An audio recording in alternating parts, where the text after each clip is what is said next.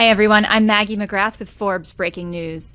Today, Tuesday, November 5th, 10 states will vote on abortion ballot measures, and one of those states is Florida. Joining us now is Anna Hochkammer. She is the executive director of the Florida Women's Freedom Coalition, the group that was responsible for getting Florida's abortion ballot measure in front of voters. Anna, thank you so much for joining us today.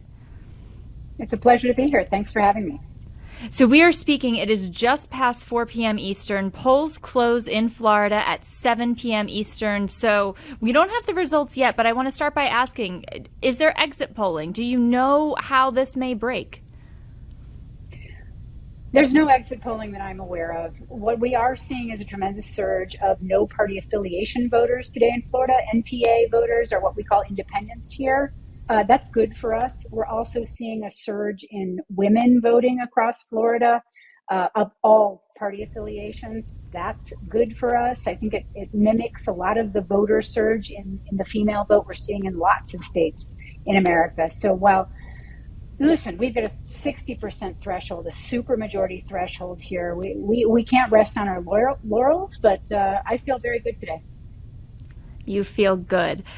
Talk more about what you're seeing at the polls. Were you out and about today, kind of monitoring and looking at how busy they were, or what's your day been like? Well, yesterday was actually a little bit crazier. I mean, we've been canvassing to the last voter. I was crawling my way through Miami Beach yesterday, looking for anybody and anyone who hadn't voted yet, who we thought might be a yes vote. And I think that process has been happening across the state of Florida, St. Pete and Orlando, and communities large and small. We are pushing our voters out to the ballot box. Today has been a little bit rainy here in Miami-Dade County, and so we've had moments of surge and moments of more quiet.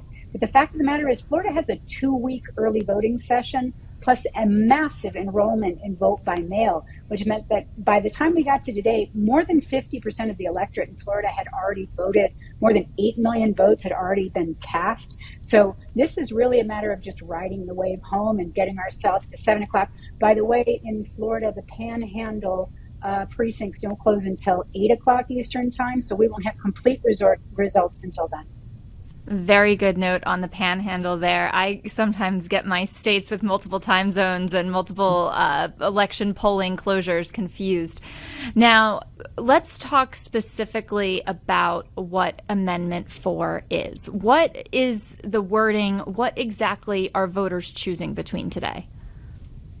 Well, they have a very stark choice. Amendment 4 is titled The Amendment to Limit Government Interference with Abortion. It's 49 words. It says that the government may not restrict, delay, or penalize access to abortion before viability or when necessary to protect the life of the mother. It also repeals, or would effectively repeal, a 6-week abortion ban, which took effect on May 1st of this year. It has no real exceptions for rape, incest, or the life of the mother. It's caused a tremendous public health problem across the state, and it would, for all intents and purposes, revert Florida back to the public health state before the fall of Roe. Just to paint a picture for folks who don't know what Florida looked like before the fall of Roe, A, what would happen if this amendment passes? How long would it take to restore Florida pre-Roe? And then B, what exactly does that look like? What's the limitation, and what does the law look like? A lot of it depends on how the DeSantis administration and the Republican supermajority legislature in Florida responds to this supermajority win. Let's not forget that we have to reach a 60% threshold here in Florida to amend the Constitution.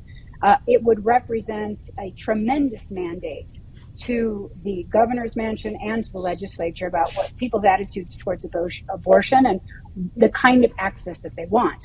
So the election itself won't be certified until November 19th.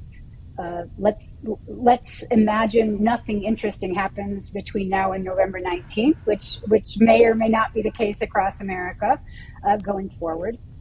These are not self-effectuating amendments, the laws still stay on the books. It becomes the discretionary call of the governor and the legislature whether or not they want to continue to order the Department of Health to enforce the abortion ban laws. Do they want to continue to impose this upon the state when there's been such a clear response from the electorate? Do they want to repeal those laws outright? Do they want to just leave them on the books? Do they want to do implementing legislation? Do they want to go the litigation route? I think it's unlikely in modern America that anything will happen that doesn't involve litigation at some point. So we have to plan for every single one of these scenarios, all of which depend on whether or not the DeSantis administration and the legislature in Florida wants to do this in a dignified way or whether they want to take it to the mattresses. We're prepared to do it either way. You're prepared to do it either way. But what I just heard there and what you outlined seems to indicate that what has happened over the last 2 weeks in early voting and what's happening today on what is effectively the final day of voting sounds like it's really just the beginning. Is that a fair conclusion? Absolutely. Absolutely. The administration is the dog that caught the car on this one. This is something they might have wanted to campaign on, but they don't want to have to deal with the consequences. Every single negative outcome of the abortion ban in Florida is going to be laid squarely at this administration's feet. Every single legislature who voted for this abortion ban, which has been so clearly repudiated by Floridians, is going to have to deal with the consequences. And let's not forget that everything else we do electorally in Florida doesn't have a supermajority threshold. It has a simple majority threshold. These are 50% races. So I think we're going to be looking very closely at every single district up and down the ballot in Florida. I think we're going to see an awful lot of places where far in excess of 50% of the voters this year voted yes on 4. And every single abortion ban supporting incumbent in those districts should be quaking in their boots. There is definitely a significant amount of after the passage of Amendment 4, and I, for one, am looking forward to it. Now, I'm curious, Anna, Florida has been polling more in favor of former President Trump than Vice President Kamala Harris, yet it is Vice President Kamala Harris who has made abortion and reproductive rights a cornerstone of her campaign. So given that polling and then given the 60% that is required to pass Amendment 4, what's your sense of how many voters might be splitting their ticket when it comes to this issue? I think a lot of people are splitting their ticket on this issue. For one thing, we heard former President Trump say multiple times on the record that even he believes that this 6-week ban just isn't enough time, that it's not enough time. And we've had his wife publish a book and publish a video on social media that clearly shows that she's a firm supporter of choice for American women. We have a long tradition of pro-choice Republican first ladies in this country. She joins Barbara Bush and Betty Ford and Laura Bush in her pro-choice position. So I think what we're going to see is more of a gender split than we might imagine. I think a lot of Republican, conservative-leaning, no-party affiliation women, especially older ones, who remember what it's like to live without access to normal, modern reproductive health care, those people are willing to vote yes on 4, whatever they're doing at the top of the ticket. And I think it's been one of the most interesting parts of the Yes on 4 campaign that we've had to perform a political jiu-jitsu where we created not just a nonpartisan, but more emphatically a bipartisan support model in order to get ourselves over that 60% threshold. I'm very proud of this state, and I'm very proud of the women here who know their own minds and aren't willing to be labeled and put in a box when it comes to access to health care.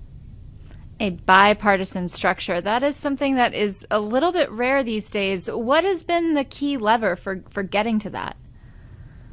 Freedom. It's the word freedom. I think there's a real appetite in America for there to be a clear line between what is public and what is private.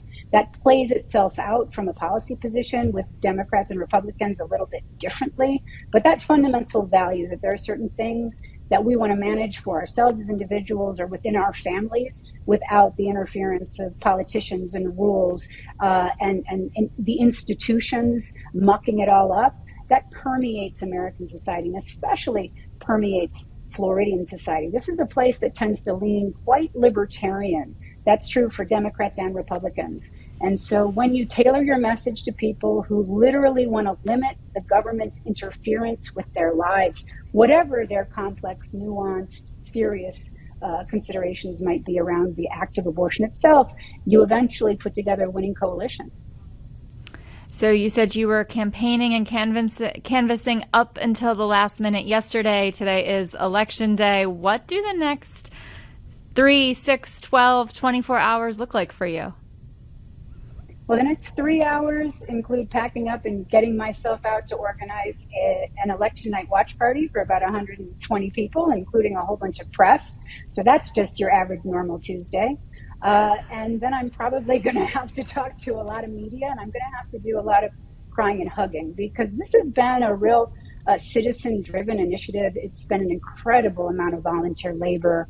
I have friends, neighbors, and acquaintances who put their heart and soul into this for the last 18 months. And so I think I'm going to spend the next couple of hours and probably the next couple of days truly focused on thanking people who need to be thanked, because there are an awful lot of them out there in Florida. So you sound optimistic. 60% is a high threshold, but you think you're getting there? I think we're going to get there. I expect to be happy by the end of the night. I also know that this has been a tremendous win either way. I have trouble conceiving a world in which we get much less than a 58 or 59%, even in the worst scenario, where you look at your data and take the absolute worst numbers and make the most conservative estimates of your outcome. And in that scenario, you don't end up amending the Constitution. But there is absolutely no way to spin a 58 or 59% result as anything other than a repudiation of the abortion ban in this state. And I know that this struggle is ultimately going to be successful to return the civil and human rights to women that were stripped from us in this state. Anna Hochkammer, Executive Director of the Florida Women's Freedom Coalition, thank you so much for joining us on what is a very busy day for you, what will be a very busy night, and we will have to have you back once the results are in. But thank you so much. I look forward to it, Maggie. Thank you.